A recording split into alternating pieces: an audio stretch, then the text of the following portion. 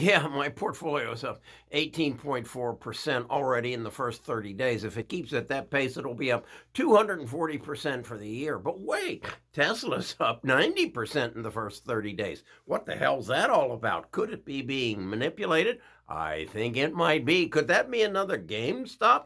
Who's doing this? It's not the Reddit boys. No, it's Wall Street. They're doing it. They're manipulating Tesla, and they're going to slam that sucker down on you and take all your money away from you.